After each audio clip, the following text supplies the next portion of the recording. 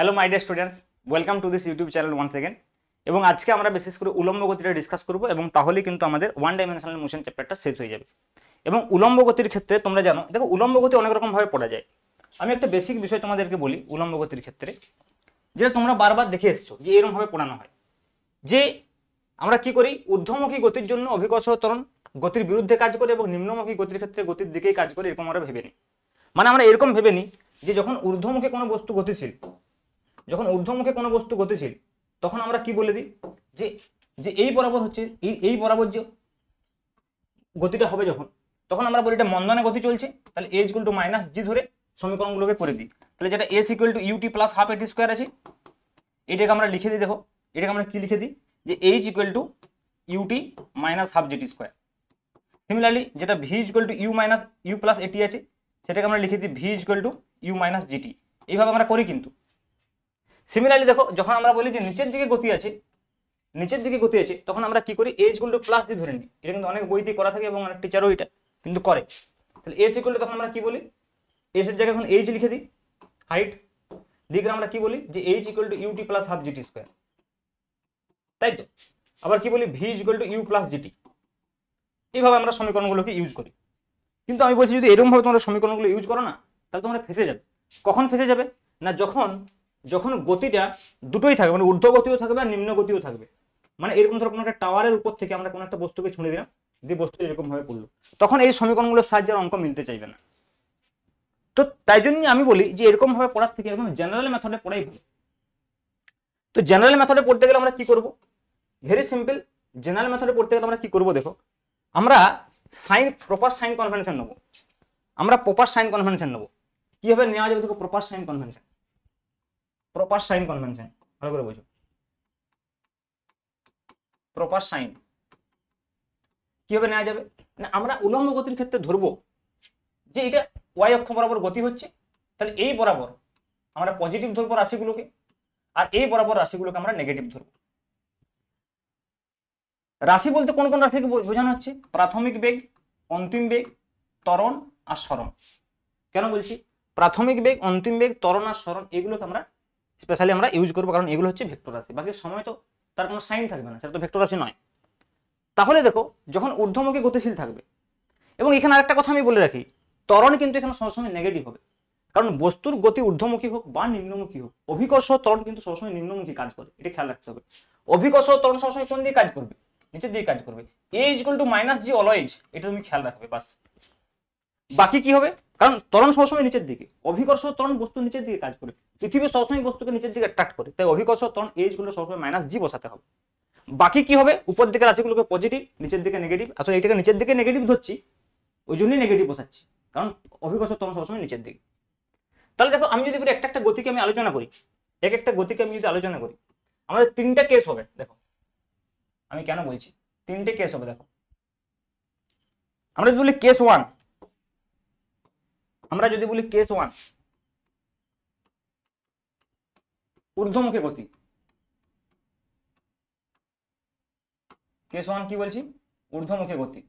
তাহলে বলো ঊর্ধ্বমুখী গতির ক্ষেত্রে কি হবে, মনে করো এইখানে আমরা গ্রাউন্ড থেকে একটা বস্তুকে এইভাবে ছুঁড়ছি, যার প্রাথমিক বেগ ইউ, অন্তিম যখন পৌঁছাবে এখানে বেগ ভি, এর হাইটটা আমরা মনে করছি যে এইচ।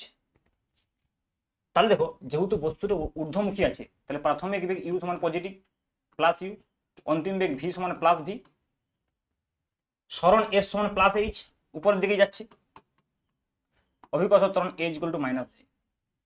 সমীকরণগুলো এখান থেকে তৈরি করো, দেখো কি হবে। আমরা কি জানি সমীকরণ number one, v equal to you plus a t. তাহলে ভি এর জায়গায় কি বসবে, প্লাস ভি, ইউর জায়গায় প্লাস ইউ, এর জায়গায় মাইনাস ই, হলো। সেকেন্ড দেখো নাম্বার টু, আমরা জানি এস ইকুয়াল টু কি, ইউটি প্লাস হাফ এটি স্কোয়ার। তাহলে এসের জায়গায় কি বসবে, এইচ, ইউর জায়গায় প্লাস ইউ, এর জায়গায় minus G, H equal to UT minus half GT square. Similarly V square সমান you square plus two S আছে, তাহলে এখান থেকে মানগুলো বসাই, তাহলে ভি স্কোয়ার সমান you square minus two G H, এর জায়গায় মাইনাস জি, এসের জায়গায় এইচ। তাহলে এই সমীকরণগুলো আমরা পাচ্ছি। সিমিলারলি দেখো যদি আমরা নিম্ন গতির ক্ষেত্রে বলি, কেস টু আমরা কি বলবো, নিম্ন গতির ক্ষেত্রে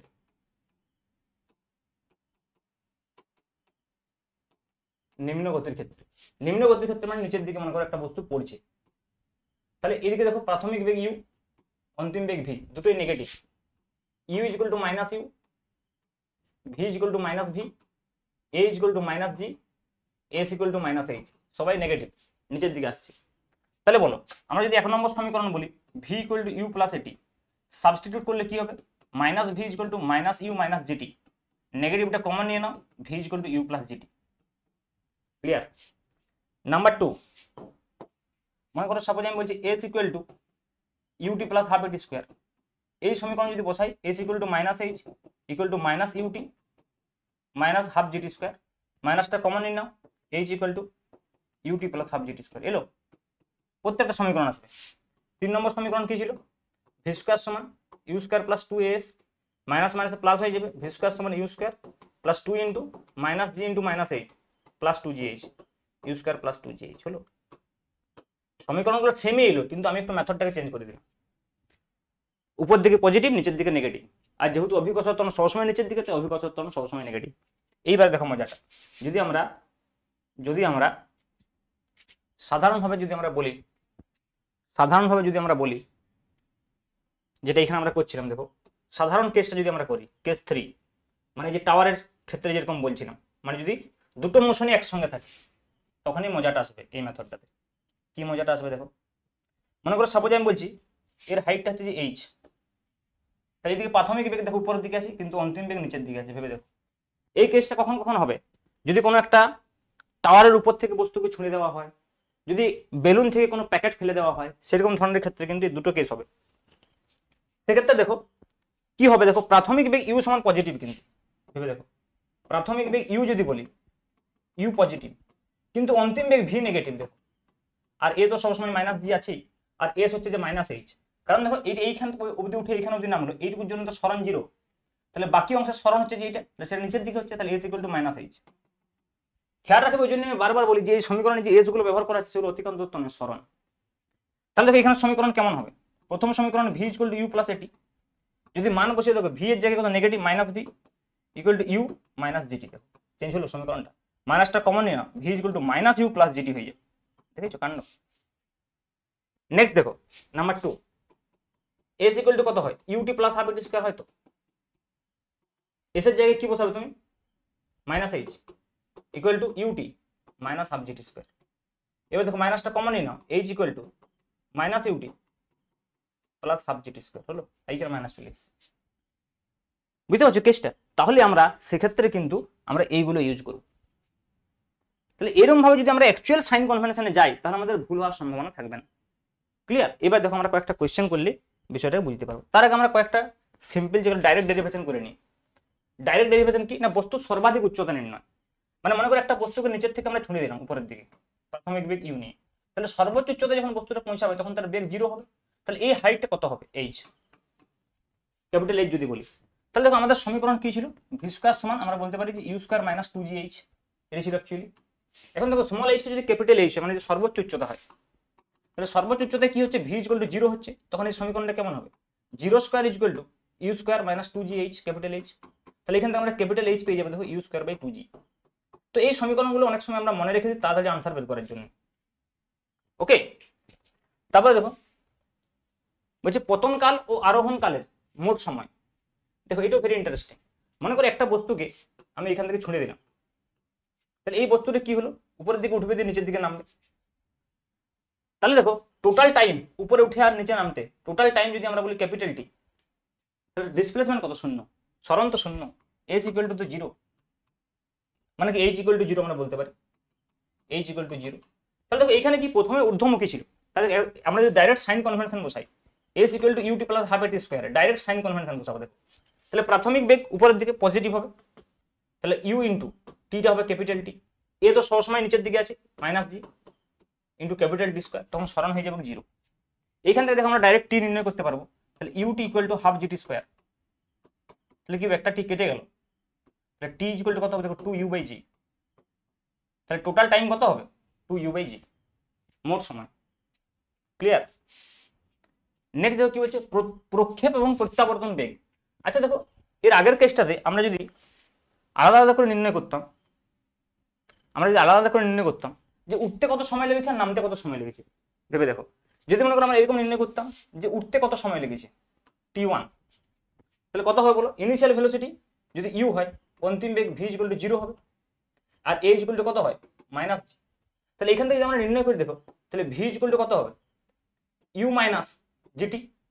তাহলে t1 বলছি, ভি তো 0, অন্তিম বেগ 0, তাহলে ইউ সমান কত হবে দেখো জি t1, তাহলে t1 সমান কত হবে ইউ বাই জি। ভেবে দেখো, তাহলে উঠতে সময় লাগবে কত ইউ বাই জি, টোটাল সময় 2 ইউ বাই জি, তাহলে নামতে কত সময় লাগবে t2 capital T minus t1, তাহলে 2 U by G minus U by G কত হবে ইউ বাই জি। তার মানে ইন্টারেস্টিং বিষয় হচ্ছে উঠতে যতটা সময় লাগবে নামতে ততটাই সময় লাগবে। ভেবে দেখো, দুটার যোগফল হচ্ছে 2 ইউ বাই জি। নেক্সট দেখো, প্রক্ষেপ ও প্রত্যাবর্তন বেগ। মানে মনে করো একটা বস্তুকে আমরা এখান থেকে ছুঁড়ে দিয়েছি, তাহলে বস্তুর মনে করো সর্বোচ্চ যে উচ্চতায় উঠলো সেই উচ্চতায় বেগ কত হচ্ছে 0। তাহলে এখানে যদি ইনিশিয়াল ভেলোসিটি ইউ হয়, তাহলে সর্বোচ্চ উচ্চতায় বেগ কত হবে? সর্বোচ্চ উচ্চতায় বেগ কত হবে? দেখো আমরা কি জানি, সর্বোচ্চ উচ্চতায় যখন উঠছে তখন প্রক্ষেপ বেগ কত হবে, মানে ইউ কত হবে? সমীকরণ কি না, v square equal to u square minus 2g into capital h, আমরা এখনই বলেছিলাম। তাই দেখো ভি যদি 0 হয় তাহলে 0 ইকুয়াল টু কত হবে ইউ স্কোয়ার মাইনাস 2gh, তাহলে এখান থেকে ইউ কত বেরোবে দেখো root over 2gh। Clear?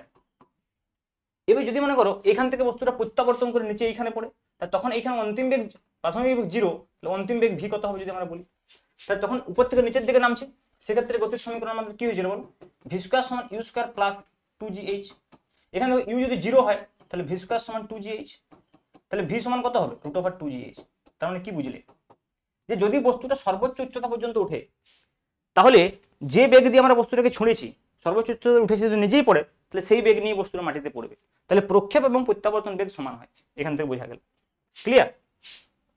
Next চলো, নেক্সট কোয়েশ্চেন দেখো, অভিকর্ষের অধীনে গতি।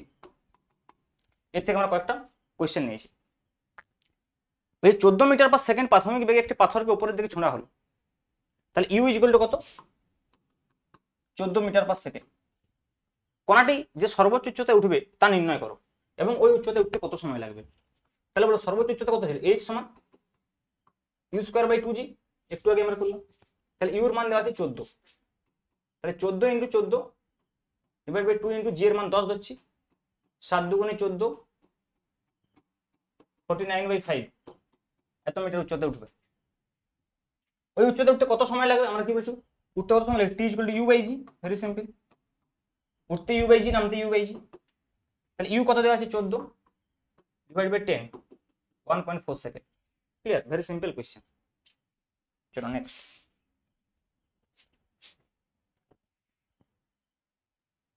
নেক্সট কোয়েশ্চেন দেখো কি বলছে। আমি একটু আগে যেরকম ধরনের কোয়েশ্চেন বলছিলাম, এই 40 মিটার উঁচু একটা টাওয়ার থেকে 10 মিটার পার সেকেন্ড একটি বস্তুকে উল্লম্বভাবে উপর দিকে ছোঁড়া হলো। ভালো করে বললাম, 40 মিটার একটা টাওয়ার রয়েছে, এখান থেকে একটা বস্তুকে কি বলা হচ্ছে 10 মিটার পার সেকেন্ড বেগে ছোঁড়া হয়েছে। বস্তুটি কত সময় পরে ভূমি স্পর্শ করবে, মানে এখানে নেমে আসবে। তাহলে সরণ কত 40। এখানে আমি সমীকরণ কি লিখেছিলাম দেখো, এইচ ইকুয়াল টু কি হবে minus UT plus half GT square. ভেবে দেখো 3 নম্বর কেস এটা। তাহলে এইচ ইকুয়াল টু কত 40 ইকুয়াল টু, এটা সাইন কনভেনশন নেওয়ার পরে যদি আর সাইন কনভেনশন বসাচ্ছি equal to minus 10t plus half into 10 into T square. তাহলে কত হবে 40 equal to minus 10t plus 5t square. তাহলে আলটিমেটলি কত হলো, 5 যদি ভাগ করে দাও তাহলে 5 8 40, 8 equal to minus 2t plus t square. তাহলে t square minus 2t minus 8 equal to 0, 4 দুগুণে 8। তাহলে t minus 4 into t plus 4 t plus 2, t minus 4 into t plus 2 equal to 0, তাই তো নাকি, t square minus 2t plus minus 8। হ্যাঁ, তাহলে দেখো এখান থেকে আমরা বলি তাহলে টি ইকুয়াল টু 4 আর টি ইকুয়াল টু মাইনাস 2। তাহলে টি ইকুয়াল টু মাইনাস 2 তো হবে না, কারণ টাইম নেগেটিভ হয় না, তাহলে টি ইকুয়াল টু 4 আনসার হবে। 4 সেকেন্ড পরে ভূমি স্পর্শ করবে। বুঝতে পারছো কত সহজ হয়ে গেল কোশ্চেনটা। নেক্সট দেখো, সেম টাইপের কোশ্চেন দেখো, একটি বেলুন 5 মিটার পার সেকেন্ড বেগে নিয়ে উপরের দিকে উঠছে, তাহলে u equal to 5 metre per second. যখন এটি ভূমি থেকে 98 মিটার উঁচুতে রয়েছে, তার মানে এইচ ইকুয়াল টু 98 মিটার। তখন বেলুন থেকে একটি প্যাকেট ফেলে দেওয়া হলো, যখন এটি ভূমি স্পর্শ করবে তখন প্যাকেটের বেগ কত হবে, ভি ইকুয়াল টু কত।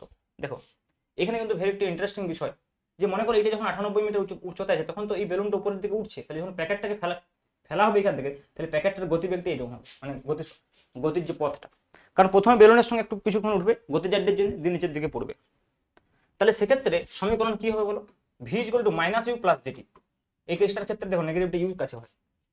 তাহলে দেখো এখানে একটা জিনিস আমরা জানি না, টিটা আমরা জানি না কত সময় পর ভূমি স্পর্শ করবে, তাহলে প্রথমে তোমাকে টিটা নির্ণয় করতে হবে। বলছি যখন একটি ভূমি স্পর্শ করবে তখন বেগ কত, ওকে, বা ভি স্কয়ার সমান ইউ স্কয়ার প্লাস 2gh থেকেও করতে পারি কোশ্চেনটা, টি যেহেতু দেওয়া নেই, হ্যাঁ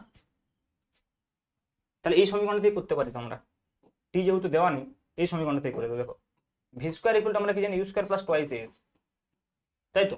তাহলে যখন ভূমি স্পর্শ করবে, ভূমি স্পর্শ যখন করবে তাহলে এটা ইউ স্কয়ার, এটা তো স্কয়ার আছে নেগেটিভ হবে না, তাহলে প্লাস 2 ইন্টু এটা হচ্ছে যে মাইনাস জি, আর এসটা নিচের দিকে মাইনাস এইচ 2gh। দেখো তাহলে ভি স্কয়ার সমান কত হবে, u square plus twice gh, very simple. তাহলে মানটা বসিয়ে দাও, ইউর মান কত হবে 5 দেওয়া আছে, তাহলে 5 স্কয়ার প্লাস 2 ইন্টু জি এর মান কত 10 আমরা ধরেছি, আর এইচ তো 98 দেওয়া আছে, এটা হচ্ছে ভি স্কয়ার। তাহলে ভি সমান কত হবে দেখো ক্যালকুলেশনটা একটু করে নেবে, 25 প্লাস 980 ইন্টু 2 1960, এটা হবে স্কোয়ার রুট, ওকে। এই ক্যালকুলেশন তোমরা করবে তাহলে তোমরা পেয়ে যাবে বেগটা কত হবে। চলো নেক্সট কোয়েশ্চেন কি বলছে দেখো, 100 মিটার উঁচু একটি টাওয়ার থেকে 100 মিটার উঁচু একটি টাওয়ার থেকে একটি বলকে নিচের দিকে ছেড়ে দেওয়া হলো, একই সময় একটি বলকে ভূমি থেকে 25 মিটার পার সেকেন্ড বেগ উপরের দিকে ছোঁড়া হলো, কখন এবং কোথায় বল দুটি মিলিত হবে। Very good question. দেখো সাপোজ এর মধ্যে টাওয়ার আছে 100 মিটার, কি বলছে একটি বলকে নিচের দিকে ছেড়ে দেওয়া হলো, মানে এর প্রাথমিক বেগ 0, নিচের দিকে ছেড়ে দেওয়া হলো বলছে একই সময়ে একটি বলকে ভূমি থেকে 25 মিটার পার সেকেন্ড বেগে উপরের দিকে ছুঁড়ে দেওয়া হলো, ওকে, কখন এবং কোথায় বল দুটি মিলিত হবে। তাহলে আমরা মনে করো ভূমি থেকে এক্স দূরত্বে, দেখো আমরা মনে করছি যে বা উপর থেকে মনে করো এক্স দূরত্বে, মানে ভূমি থেকে 100 মাইনাস এক্স দূরত্বে এরা দুজনে মিলিত হবে, মানে যে সময়ে দেখো এদিকের বলটা এক্স ডিস্টেন্স আসবে ওই একই সময়ে এদিকের বলটা 100 মাইনাস এক্স যাবে, ক্লিয়ার। তাহলে উপরের বস্তুটার ক্ষেত্রে এক্স সমান কত বল, হাফ এটি স্কয়ার, সিম্পল, তোমরা হাফ জিটি স্কয়ার হবে, ইউ তো নেই প্রাথমিক বেগ তো 0, ওই একই সময়ে দেখো এই বলটা কত দূরত্বে যাবে 100 মাইনাস এক্স, তাহলে 100 মাইনাস এক্স ইকুয়াল টু কত হবে, u t minus half g t square, তাহলে ইউটি মানে কত 25 into t minus half g t square, ঊর্ধ্বগতির ক্ষেত্রে এই সমীকরণটা বেরোয় আমাদের। এখন দেখো এই এক্স এর জায়গায় যদি আমরা হাফ জিটি স্কয়ার বসিয়ে দিই তাহলে কি হবে না 100 minus half g t square equal to 25 T minus half g t square, তাহলে কি হলো হাফ জিটি স্কয়ার কেটে গেল, 100 ইকুয়াল টু 25 টি, মানে টি ইকুয়াল টু 4 সেকেন্ড, তাহলে 4 সেকেন্ড পর কিন্তু এরা মিলিত হবে।